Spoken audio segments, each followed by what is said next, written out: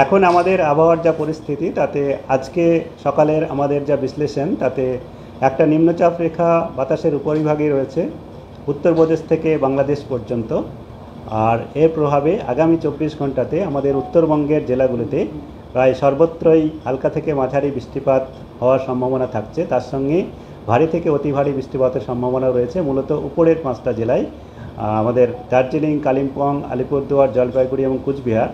তার মধ্যে ভারী থেকে অতি ভারী বেশি সম্ভাবনা রয়েছে আলিপুরদুয়ার, জলপাইগুড়ি জেলাতে। এটা আগামী 24 ঘন্টার জন্যে।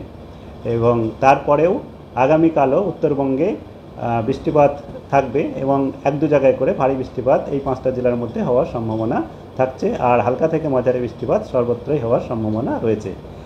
আর দক্ষিণবঙ্গে যেটা রয়েছে এর প্রভাবে দক্ষিণবঙ্গে আগামী দুদিনেই বিক্ষিপ্তভাবেই বৃষ্টিপাত হওয়ার সম্ভাবনা থাকছে, যেটা বজ্রবিদ্যুৎ সহ বৃষ্টিপাত, যেটা আমাদের কলকাতা শহরে আজকে কিছুক্ষণ আগে কিছুটা সময় ধরে হয়েছে সেরকমই বিক্ষিপ্তভাবে অনেক জায়গাতেই হালকা থেকে মাঝারি বৃষ্টিপাত হওয়ার সম্ভাবনা থাকছে আগামী দুদিনে, আজ এবং কাল। আর এখন আমি আপনার কলকাতার জন্য যেটা আগামী দুদিনে আছে, কলকাতা মূলত সাধারণত মেঘলা আকাশ থাকবে, তবে দিনের কিছু সময় আংশিক মেঘলা আকাশ হওয়ার সম্ভাবনা, যার জন্য রৌদ্রোজ্জ্বল আবহাওয়া থাকবে। আর পরবর্তী যখন দুপুরের পরে কিছুটা সাধারণত মেঘলা আকাশ এবং বজ্রবিদ্যুৎ সহ বৃষ্টিপাতের সম্ভাবনাও থাকছে আগামী দুদিনের মধ্যে চান্সেস আছে। আর এখন আমাদের পুজোর জন্য যে স্পেশাল আমরা ফোরকাস্ট বলে থাকি, আগামী 15 দিনের মধ্যেই আমাদের পুজো বা আমাদের যেটা দুর্গাপূজা ফেস্টিভ্যাল পিরিয়ড শুরু হচ্ছে, তার জন্য আমরা 21 তারিখ থেকে 2 তারিখ পর্যন্ত যে আবহাওয়ার পরিস্থিতি কেমন থাকবে সেই সম্পর্কিত একটা পূর্বাভাস আজকে দেওয়ার পরিকল্পনা করেছি এবং সেটাই আমি বলছি এখন। যেটা হচ্ছে আমরা 21 তারিখ থেকে মহালয়া থেকে শুরু করেছি, আর 21 তারিখ থেকে আমাদের 25 তারিখ পর্যন্ত সেটা আমাদের আগামী 7 দিনের প্রতিদিনের ডে ওয়াইজ পূর্বাভাসের মধ্যে আসছে। তা এটা আমি ডে ওয়াইজ আমরা দেব। আর তারপরে হচ্ছে আপনার যেটা 26 থেকে 2 তারিখ, এটাকে আমাদের উইকলির মধ্যে আসছে, তার জন্য আমরা একটা পিরিয়ডটাকে দুটো ভাগে ভাগ করা হয়েছে, 26 থেকে 29 আর 30 থেকে 2, এই দুটো ভাগের মধ্যে কেমন থাকবে সেটা আমি বলবো। আর 21 তারিখে যেটা রয়েছে আমাদের, 21 তারিখে মহালয়ার দিনে দক্ষিণবঙ্গের সমস্ত জেলাতেই কেবলমাত্র হালকা থেকে মাঝারি বৃষ্টিপাত, বজ্রবিদ্যুৎ সহায়ের সম্ভাবনা থাকবে এবং রৌদ্রোজ্জ্বল আবহাওয়ার সঙ্গে সঙ্গে যখন বৃষ্টিপাত হবে বা হবে সেই সময় সাধারণত মেঘলা আকাশ থাকবে, তবে বৃষ্টির পরিমাণ খুব বেশি থাকবে না, কেবল বিক্ষিপ্তভাবেই হালকা থেকে মাঝারি বৃষ্টিপাত হওয়ার সম্ভাবনা থাকবে। আর বজ্রবিদ্যুৎ সহ বৃষ্টিপাতের বেশি সম্ভাবনা যেসব জেলাতে রয়েছে সেগুলো হলো ঝাড়গ্রাম, পূর্ব পশ্চিম মেদিনীপুর, উত্তর দক্ষিণ 24 পরগনা এবং নদিয়া জেলাতে। আর 22 তারিখে একটু এলাকা ওয়াইজ মানে যেটা আমাদের বিস্তৃতি অনুসারে রেনফলটা বাড়তে পারে, বৃষ্টির পরিমাণটা বাড়তে পারে। তার কারণস্বরূপ হচ্ছে আমাদের এখন একটা উত্তর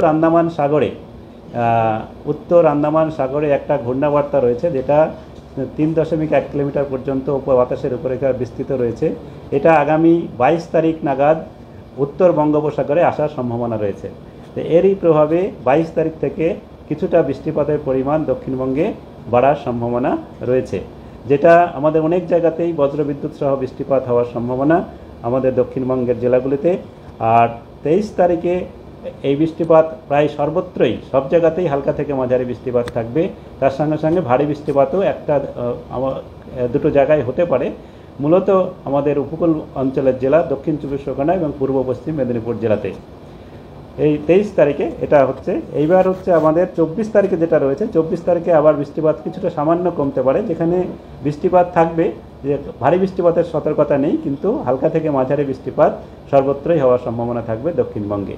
25 তারিখে আমাদের বৃষ্টিপাত যেটা থাকবে সেটা হচ্ছে বিক্ষিপ্তভাবে বা অনেক জায়গাতেই হালকা থেকে মাঝারি বৃষ্টিপাত দক্ষিণবঙ্গে থাকার সম্ভাবনা থাকছে।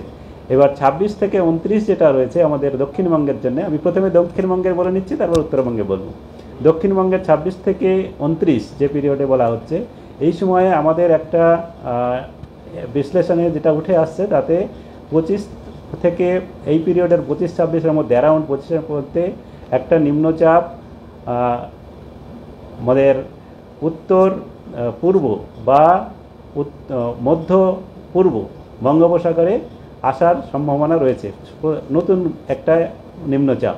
এবং এর প্রভাবে যেটা আপনারা হয়তো আমাদের গতকালকের যেটা আউটলুক দেওয়া হয় যে পরবর্তীতে কেমন হতে পারে একটা আউটলুক দেওয়া হয়, তাতে বলা হয়েছে এটা আমাদের গভীর নিম্নচাপে পরিণত হতে পারে পরের দিকে, যেটা হচ্ছে 26-27 এর পরের দিকে। এটাই যে 26 থেকে 29 এই পিরিয়ডের মধ্যে এর প্রভাবটা থাকবে। তো এই পিরিয়ডের মধ্যে আমাদের বৃষ্টিপাত কয়েকদিন প্রায় সর্বত্রই হালকা থেকে মাঝারি বৃষ্টিপাত, এবং দু একদিন অনেক জায়গাতেই হালকা থেকে মাঝারি বৃষ্টিপাত থাকবে।